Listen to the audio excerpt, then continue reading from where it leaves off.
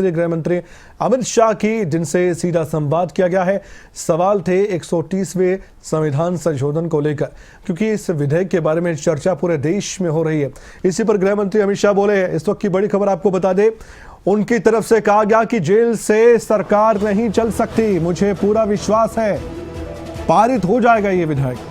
राहुल गांधी के कार्यक्रम पर भी अमित शाह की प्रतिक्रिया सामने आई है। कार्यक्रम प्रबंधन और संवाद में बहुत अंतर है। जगदीप धनखड़ के इस्तीफे पर भी अमित शाह का बयान है। जगदीप धनखड़ संवैधानिक पद पर आसीन थे, अपने कार्यकाल में अच्छा काम उन्होंने किया, स्वास्थ्य कारणों के चलते उनका इस्तीफा हुआ, इसे खींचने की जरूरत नहीं थी। सीआईएसएफ की तैनाती पर भी अमित शाह का बयान है। अध्यक्ष के आदेश के बाद मार्शल आते हैं, विपक्ष को तो बस बहाना चाहिए। विपक्ष ने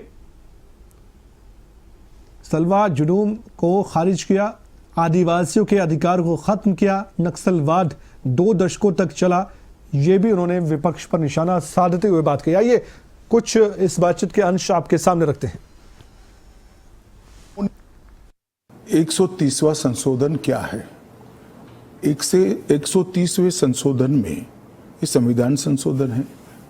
इसमें हमने एक प्रावधान किया है कि प्रधानमंत्री, मुख्यमंत्री, भारत सरकार के मंत्री या राज्य सरकार के मंत्री किसी भी गंभीर आरोप में अगर अरेस्ट होते हैं और 30 दिन तक उनको जमानत नहीं मिलती है, तो मुख्यमंत्री या प्रधानमंत्री मंत्री के केस में उनको उनके स्थान से मुक्त करेंगे।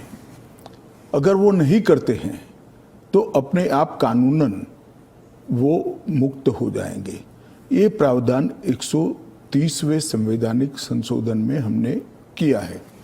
किसी भी सरकार के विधेयक को या संविधान संशोधन को सदन में पेश न होने देना और इस तरह का व्यवहार करना, ये क्या लोकतंत्र में उचित है? क्या देश की पार्लियामेंट के दोनों सदन बहस के लिए है या शोरगुल और हल्ले के लिए है?